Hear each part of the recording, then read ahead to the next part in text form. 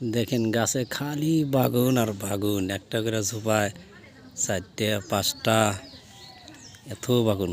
প্রত্যেক দিনই বাগুন খাওয়া হয়, তাও কত বাগুন ফুরায় না। দেখেন খালি বাগুন।